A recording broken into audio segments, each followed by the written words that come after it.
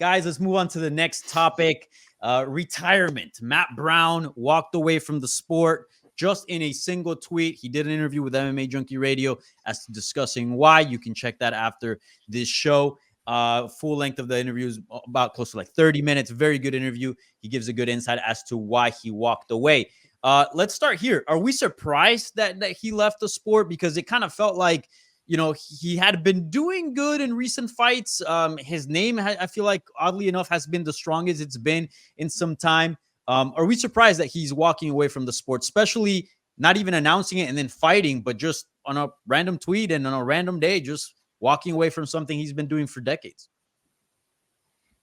Yeah, I wouldn't say that I'm surprised necessarily. I mean, he's 43 years old, right? And he's kind of just one of those guys that's been kind of hovering around, you know, just like wins and losses, you know, never really getting like a true momentum, you know, in recent years to, you know, make a real strong push. But he's consistently been one of the most entertaining guys. I think he's, you know, obviously been a fan favorite for a very long time now, because we know he's going to go in there and scrap. And, you know, again, like I said earlier in the show, results be damned, like with Derek Lewis, right? You know what you're going to get with Matt Brown. Matt Brown's going to come and try to knock your head off. And if he gets caught with a counter shot or something like that and gets put down, oh, well, we'll see you again, you know, in a few more months, and we'll do the same song and dance again. But you're always going to tune in for a Matt Brown fight, because they're more often than not very entertaining fights. And he's going to deliver some highlights as well on his end.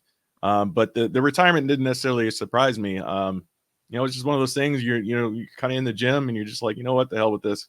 I don't know how long it's going to last, though, because, I mean, hell, hashtag MMA retirements, right? Yeah. We'll get into that in just a few seconds. But real quick, Mike, he did say he wasn't bitter at his retirement, but then he followed up with some comments saying that this wasn't his ideal way to walk away. He wanted to be on UFC 300. He made that pretty clear to the UFC brass. That wish was not granted, and that's when he was like, the hell with it. I'm not doing this any longer. Fouled by the UFC for not putting such a beloved and experienced name on UFC 300.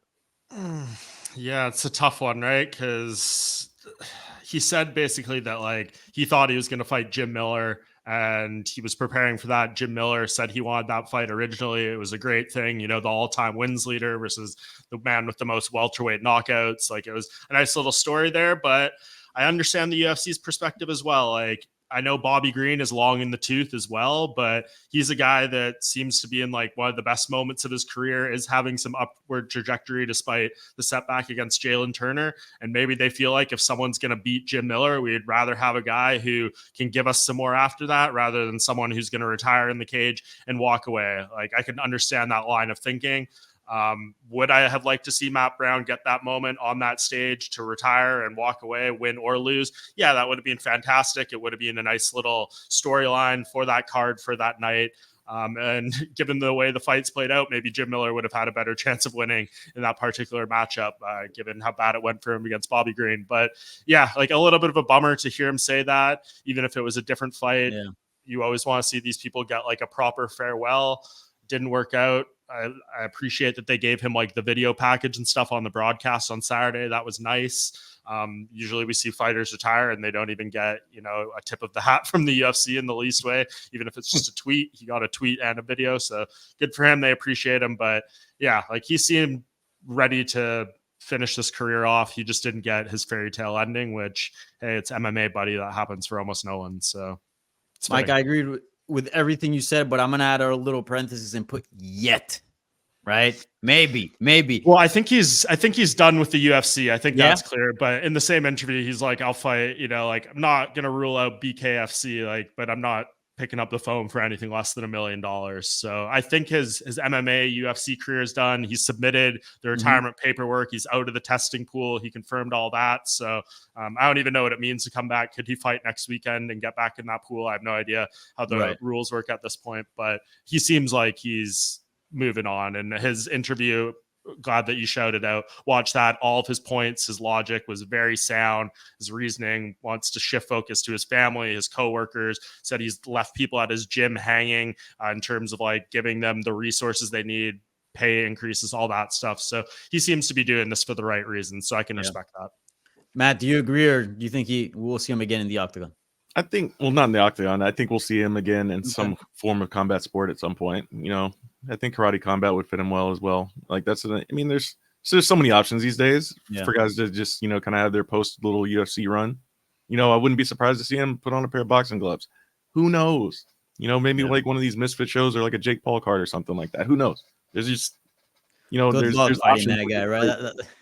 To whatever influencer is going to pick a fight with him, good luck. Dan, real quick, what's sort of his legacy? Because it's weird, right? Like, he didn't fight for the title. I guess he was briefly a title contender for some time. But he's not a former champion or anything like that. Yet he's one of the names that stand out. And look, as Mike said, like, we don't see very often that the UFC puts a graphic or a sort of package on the broadcast acknowledging somebody's retirement. And they did for Matt Brown on a card that he wasn't even competing in. So clearly he means something for the company. What is that something? Yeah, I mean, I got to imagine, the fact that they did that for him means something. The fact that Matt Brown, apparently, according to his own words, was on a date and that helped him out. I'm sure Matt Brown, maybe is a little happier with the UFC after that. But in all seriousness, I'm going to stick to what I said on the last episode of Spinning Back Clique I was on. I would have loved to still seen, give him another veteran fight against like Jorge Masvidal, throw the BMF belt on a technicality since Masvidal was the first. And, if we don't want to count his loss to Usman for a title, maybe, he can still mythically have it at welterweight. You throw that as a co-main event. It's a good respect for both guys. And regardless of whether you believe Matt Brown deserves to be in the Hall of Fame, I think that, even if you don't believe it, when he has a BMF belt, around his shoulder, it still looks cool. It's still deserving for the guy. It still adds to his legacy. And I think that's a good way to kind of reward both guys, as gimmicky as that belt is and as unserious it is. I would love to see Matt Brown come back for that because hashtag MMA retirements. I just hope that he understands his contract like Jose Aldo did. So we don't see him like begrudgingly kind of coming back. And then it's like, it's a lot of these fighters, not only a lot of fighters, no offense, guys, you guys don't know the rules and the judging that you go under. You guys also don't even know your own contracts a lot of the times, which is what we're finding out in defense of these fighters. For a lot of the times we're seeing them come out of retirement. A lot of times it's contracts though, folks. Yeah, and great shot for Jose Aldo there. He was out for almost 2 years and then came back. Look, I feel like he'll fight again, perhaps in the UFC. I just have a feeling that dude's not done fighting. But I don't know. Let's pretend. Let's believe him. Let's take his word that he is done. Guys, favorite moment of Matt Brown's career? I mean, Cold Coffee was just playing some highlights there. I mean, one of the most brutal, one of the most ruthless fighters out there, right? I'll give mine real quick.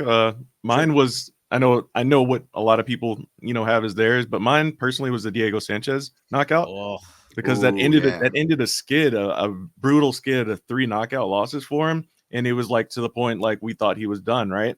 And I was at that one, I was at the Donald Cerrone fight, in Toronto. I was there for that. And it was just like, I think this is like the last time we see him fight. And then he just rebounded, came and just smashed Diego Sanchez with that elbow, that bonus winning elbow, man. That was a crazy sort of like resurgent moment for him in his career there. Mike? Yeah, I think those guys pretty much nailed it there. Those are some great ones. Even in a losing effort, his fight with Robbie Lawler was pretty good. And that's the one that kind of ended his title run, so to speak. He had the 7 straight victories in the welterweight division. That was a title eliminator for him, right? And he couldn't get over the hump, but he fought valiantly. And yeah, I mean, these are all great highlights. He's a violence machine, but I hope not to be mean here, throwing shade or anything. We're not serious about Hall of Fame and BMF belts and stuff with Matt Brown, right? That's not serious. I'm down for the BMF belt. I think that's silly enough to where it doesn't matter who, as long as somebody is reputationally enough. But yeah, I don't know about Hall of Fame. He would be the B side of that, though. It'd have to be.